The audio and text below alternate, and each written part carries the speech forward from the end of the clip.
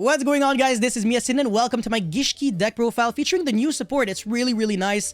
There are a bunch of cards that you're really trying to play in the main deck, so the Grim Gishki as well as the Aqua Mirror Focalization definitely have to be maxed out at 3 in this deck, especially considering the fact that this is not once per turn. This is just ridiculous. Only the graveyard effect is once per turn, but the main effect to search any Gishki monster from the deck to the hand is not. So yeah, imagine a reinforcement of the army that you can actually play at 3 instead of just at 1. Happy freaking Land City. And the Grim Gishki is a tour guide, so we are never really complaining about that, especially since you can even special summon it off of the Red Resonator and get its effect. So there are a lot of things to cover in this deck list. Is very interesting. But before we get into it, friendly reminder to like and subscribe. I really appreciate that a lot. Check me out on Twitch and Instagram. If this video can get to 1,000 likes, I will be making a live stream on this deck.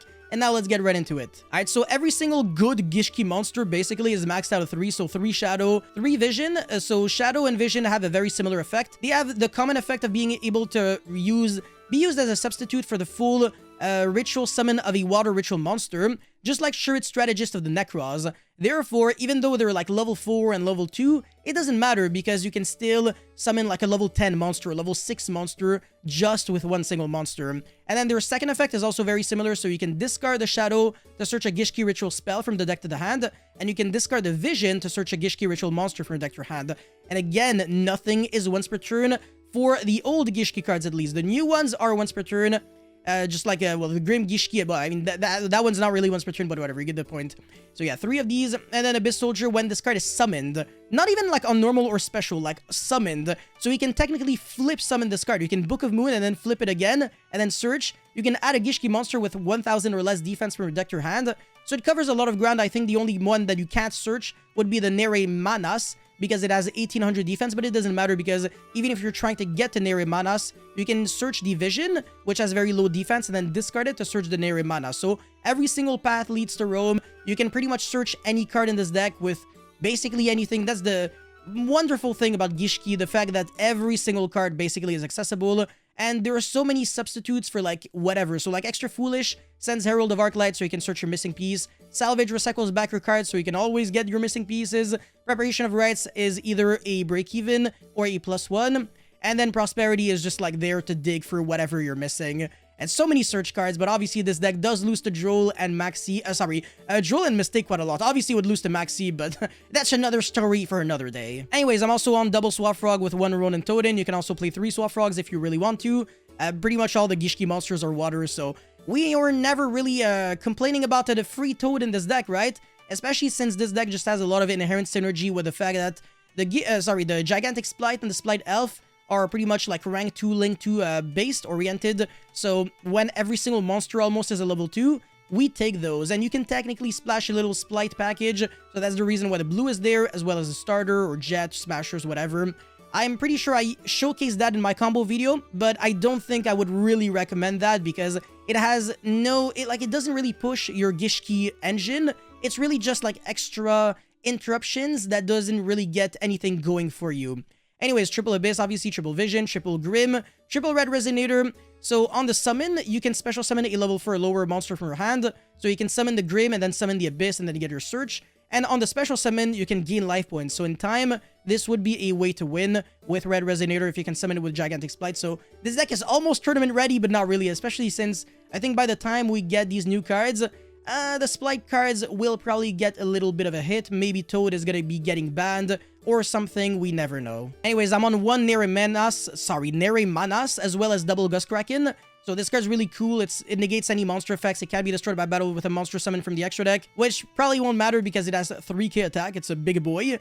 And on summon, it revives back any water in your grave, even Toad. That's pretty cool. And then Gust Kraken, you need to. If you summon 2, you can make Constellar Ptolemy M7 because it's level 6, and then you can recycle back something again, and then keep summoning more Gust Kraken. So it pretty much creates a little loop of being able to summon Gust Kraken like 4 times in one turn, maybe 5 times even. There was a combo that I showcased where I full hand loop my opponent for 5, and I was still able to end on Toad and Elf, which is like insanity. Like you can play the best deck in the game and still lose because if you only have 1 card, it will always get negated by Toad, and then my follow-up is going to be killing you 95% of the time. So yeah, that's pretty much it for the monster lineup. And now for the spells, I'm on triple Extra Foolish Burial. Now, one thing that I honestly didn't really know about that card before is the fact that you can't set spell or traps during the turn you activate it. So if you're trying to play trap cards, it might not be the best. So therefore, in a real, Yu-Gi-Oh tournament, I don't really recommend cards like Extra Foolish Burial. I was at first considering playing it in Tier Laments because, sending Kid Kalos could be nice. It also makes you play around the Bisted cards and Ghost Reaper if you can summon Kid Kalos while you still have 0 monsters on the field. But in this deck, being able to send Herald of Arclight, I already said that, is already really cool. But Herald of Arclight is also a card that you can Synchro Summon with Red Resonator, or if you want to make the Omega using the Cyclone. So the world is absolutely your oyster. Anyways, triple Pot of Prosperity, that's kind of a given. Triple Preparation of Reds, triple Salvage, triple Aquamirror Focalization. All these cards are very, very obvious. The only card that you might be a little iffy on would be Extra Foolish. Maybe 2 would be a little more of optimal ratio, because it is once per turn at the end of the day, and it's just a break even, it's not a +1. Prosperity could dig into your +1s, and that's the reason why you're really thirsty to play as many copies as possible. And now for the mirrors, we are on 1 Photo Mirror as well as double Aqua Mirror. If you really want to, in your main deck, you can play Zeal Gigas as well as the Ice Mirror, so that's very similar to the Necros card, where you can tribute your opponent's monsters. The only issue is that you don't necessarily know what your opponent's playing, so it might not be like very good with like the levels.